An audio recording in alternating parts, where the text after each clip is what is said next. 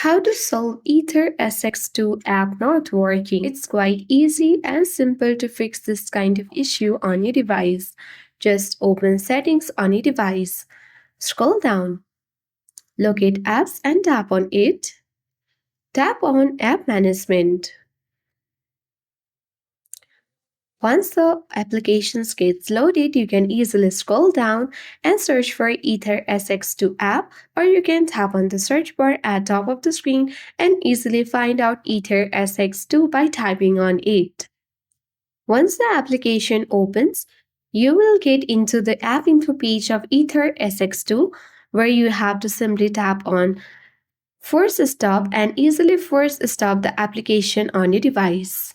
Once done, you need to go to the storage so that you can clear both the data as well as cache. You can individually tap on clear cache button as well as clear data button. In order to confirm, tap on OK button. Before that, you need to note that all of this application data will be deleted permanently, and this include all files, settings, accounts, databases, etc. Once you are done with that, you need to exit from the settings on your device.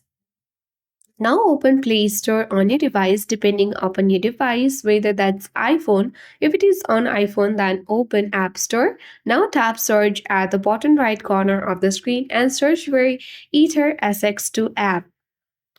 So as you can see that there is no any update button, there is only install and play button. But if you see any updates of AetherSX2, then you need to tap on update and update your app. Once you have done with all the steps, simply restart your phone and the problem will be solved. For that, hold on your power button on your Android device. And after that, tap on this button and you easily slide towards upward and restart your device. I hope this video worked.